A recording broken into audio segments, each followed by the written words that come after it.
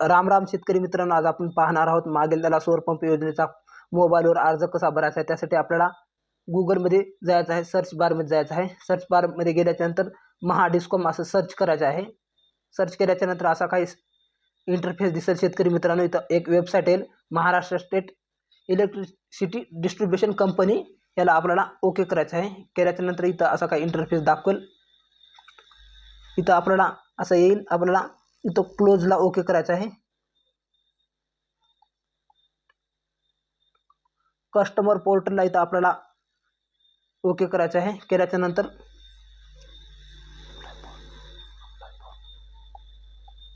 Apply for new कनेक्शनला इथं okay करायचं आहे। केल्याच्यानंतर इथं आपल्याला कृषी हा पर्याय निवडायचा आहे।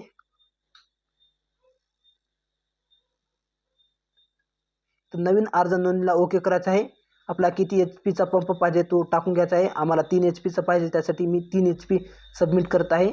तर ओके करायचं आहे। इथं आपला पारंपरिक वीज पुरवठा आणि इथं सौर दिसेल, आपला सौरला ओके करायचा आहे। मागील त्याला सौर पंप योजनेला आपला ओके करायचा आहे। केल्याच्यानंतर इथं असा काही इंटरफेस येईल शेतकरी मित्रांनो।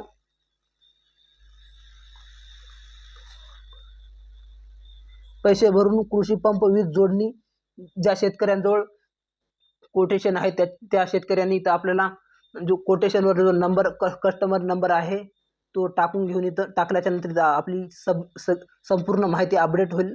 जर आपल्याजवळ नसेल तर आपल्याला इथं काहीही करायचं नाही। तर आपल्याला दुसरे ऑप्शन येईल, अर्जदाराची वैयक्तिक तपशील, याला आपल्याला निवडायचं आहे। इथं आपल्याला आधार नंबर टाकायचा ऑप्शन येईल। इथं आपला आधार नंबर टाकायचा आहे।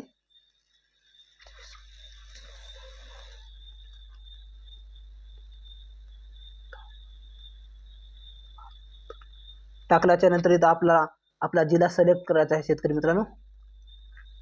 इथं ओके करायचं आहे। त्याच्यानंतर जिल्हा सिलेक्ट केल्याच्या नंतर इथं आपला तालुका सिलेक्ट करायचा आहे। तालुक्याचा ऑप्शन येईल।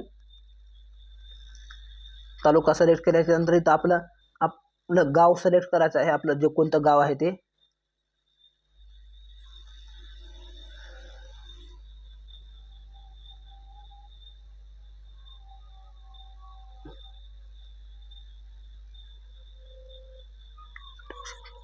मुख्य सर्वेक्षण गट क्रमांक असा येत आहे। आपल्याला जो आपला सर्वे नंबर, गट नंबर आहे तो टाकून घ्यायचा इथं आपल्या तालुक्याच्या खाली।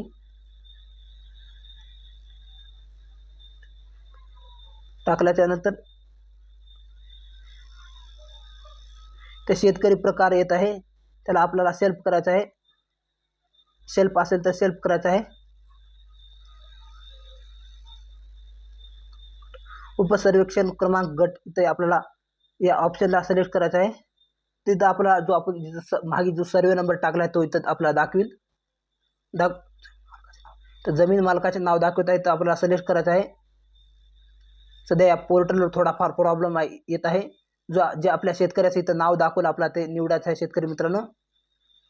जमीन मालकाच्या नावावर ओके केल्याच्या नंतर जमीन मालकाचं नाव दाखवेल, तो आपला सिलेक्ट करायचा आहे। आणि इथं एकूण क्षेत्र जमीन आर दाखवत आपोआप रिडायरेक्ट होईल शेतकरी मित्रांनो। वेबसाईटचं काम पूर्णपणे झाल्याच्या नंतर आज अर्जदाराचे इथं नाव टाकायचं आहे। त्याच्यानंतर इथं अर्जदाराचं आडनाव टाकायचं आहे। तर अर्जदाराचं पूर्ण नाव टाकायचं आहे। अगोदर आपलं नाव, पुन्हा आपल्या वडिलाचं नाव, पुन्हा आपलं आडनाव टाकायचं आहे। त्याच्यानंतर आपला इथं लिंग निवडायचं ऑप्शन येईल।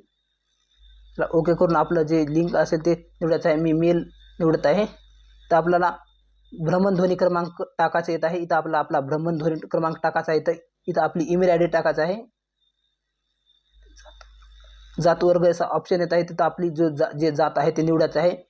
SC ST OBC जनरल असेल तर जनरल निवडायचं आहे। जर आपल्याजवळ जातीचं प्रमाणपत्र असेल तरच आपल्याला SC ST OBC निवडायचं आहे। जर नसेल तर आपल्याला जातीचं प्रमाणपत्र किंवा आपली जात जनरल असेल तर जनरल निवडायचं आहे। मी जनरल निवडत आहे। अर्जदाराचा रहिवासी पत्ता दाखवत आहे।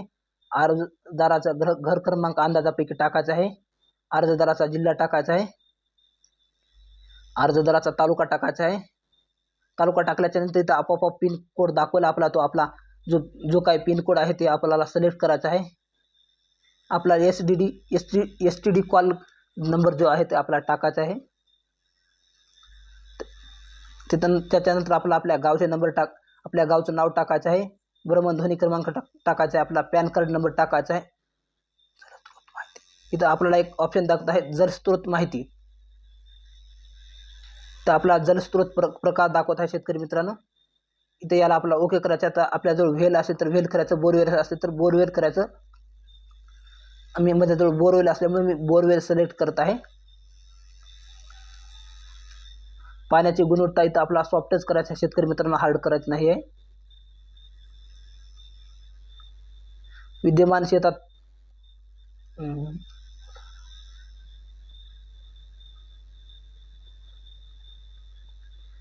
पावसाळी हंगामात जलस्रोताची खोली किती फुटावर जाते आहे ते पावसाळ्यात आपल्या बोरला किंवा विहिरीला किती फुटावर पाणी असते ते टाकायचं आहे. इथं 13 फूट टाकत आहे. तर विद्यमान शेतात तलाव आहे का असं ऑप्शन येत आहे. आपला असेल तर होय करायचं, नसेल तर नाही करायचं. मी नसल्यामुळं नो करत आहे. सिंचन प्रकार दाखवत आहे इथं. त्याला आपला ओके करायचा आहे. ओपन करायचं आहे. या ओपन या ऑप्शनला सिलेक्ट करायचं आहे. जलस्रोताची खोली फुटामध्ये जो काय आपल्या विहिरीची बोरची खोली आहे ते टाकायचं आहे. मी 250 फूट टाकले आहे. उन्हाळी हंगामामध्ये आपल्या जलस्रोताची जी पातळी आहे किती फुटावर जाते ते टाकायचं आहे. मी इथं 50 टाकत आहे.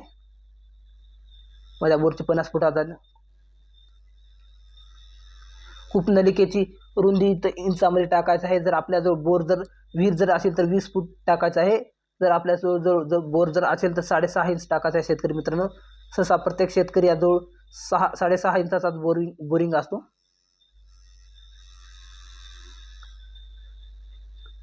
पिकाचं मागील वर्ष इथं येत आहे. त्याच्यानंतर पहिले आपल्याला खरीप सिलेक्ट करायचं आहे. दुसऱ्या ऑप्शनला रब्बी सिलेक्ट करायचं आहे.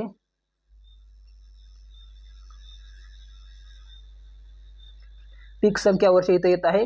मागील वर्षी आणि चालू वर्ष दोन येत आहे. आपला इथं दोन सिलेक्ट करायचे आहे. 2 दुसऱ्या ऑप्शनमध्ये आपला 2च टाईप करायचा आहे. टाईप केल्याच्या नंतर इथं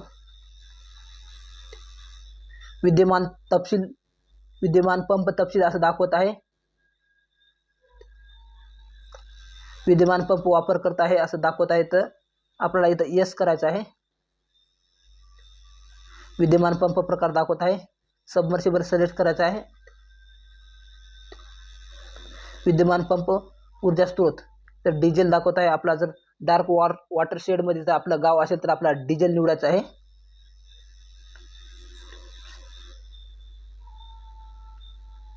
एका वर्षाला आपला डिझेल किती विद्यमान पंप ऊर्जा स्रोत दाखवत आहे. याला सिलेक्ट करायचं आहे. डिझेल केल्याच्या नंतर इथं आपल्या वर्षाला किती डिझेल लागते ते आपल्याला इथं टाकायचं आहे. चौथ्या आराखड्यामध्ये किती लिटर लागते ते टाकायचं आहे. 3000 लिटर टाकत आहे. विद्यमान पंप प्रकार दाखवत आहे. इथं मी एसी टाकत आहे. आपण सहसा एसीच टाकून घ्यावं. विद्यमान पंप क्षमता जी काय आपली विद्यमान पंप क्षमता आहे ते निवडायचे आहे. मी 3 HP सिलेक्ट करत आहे. ऊर्जा कार्यक्षम पंप आपला इथं यस करायचं आहे. आवश्यक पंप तपशील आपला इथं ओके करायचं. आवश्यक पंप तपशील हा ऑप्शन दिसत आहे. त्याच्यामध्ये आपल्याला काय ऑप्शन दिसत आहेत. आवश्यक पंप प्रकारला इथं आपला ओके करायचा आहे. DC आवश्यक पंप श्रेणीला आपल्याला इथं वॉटर सिलेक्ट करायचं आहे. आपल्याला एका मिनिटामध्ये किती लिटर पाणी लागते तिथं आपली रिक्वायरमेंट टाकायचं आहे. इथं मी 300 लिटर टाकत आहे.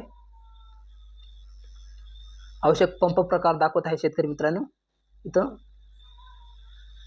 सबमर्सिबल टाकत आहे. आपलं किती HP पंप आहे तर दुसऱ्या रकान्यात येत आहे. 3 HP 5 HP 7.5 HP जो काय आपली HP क्षमता आहे ते निवडायचं आहे. निवडल्याच्या नंतर इथं आपलं बँक डिटेल दाखवेल शेतकरी मित्रांनो. खाते नंबर जो काय आपला खाते नंबर आहे तो खाते नंबर टाकायचा आहे. IFSC कोड टाकायचा आहे. IFSC कोड टाकल्याच्या नंतर सगळी माहिती याच्यावर आपोआप येईल. पुन्हा MRC कोड जो काय आहे ते टाकायचा आहे. तो 2 टाकल्याच्या 2 ऑप्शन भरल्याच्या नंतर सगळी माहिती आपोआप दाखवली जाईल शेतकरी मित्रांनो. इथं 7/12 अपलोड करायचं आहे आपल्याला. त्या 7/12वर बोरची किंवा विहिरीची नोंद आहे असा 7/12 इथं आपल्याला अपलोड करायचा आहे. आधार कार्ड नंबर आपला आधार इथं अपलोड करायचा आहे. त्याच्यानंतर आपला तिसऱ्या नंबरला बँक पासबुक अपलोड करायचं आहे. त्याच्यानंतर आपली फोटो अपलोड करायचा आहे. किंवा इथं खाली आपल्याजवळ जो आपलं जर सामायिक क्षेत्र असेल तर शेतकरी मित्रांनो इथं आपला सामायिक क्षेत्राची NOC सुद्धा इथं दुसऱ्या ऑप्शनला इथं खाली बच्या अंतर्गत काही दाखवत आहेत शेतकरी मित्रांनो कागदपत्र. इथं आपल्याला आपली NOC अपलोड करायचं आहे. आपण जर अनुसूचित जाती जमाती OBC भटक्या विमुक्त जमातीचे असेल तर आपल्याला आपल्या जातीचं प्रमाणपत्र इथं अपलोड करायचं आहे. ब मध्ये तिसऱ्या नंबरला. त्याच्यानंतर इथं आपला 3 ऑप्शन येत आहेत त्याला आपला सिलेक्ट करायचं आहे. इथं आपल्या अर्जाला खाली अर्ज सादर करा असं दाखवत आहे. याला आपला सिलेक्ट करायचा आहे आणि आपला अर्ज सादर करायचा आहे. जो काय आपला त्याच्यानंतर जो MK ID आपल्याला शेतकरी मित्रांनो येईल आपल्याला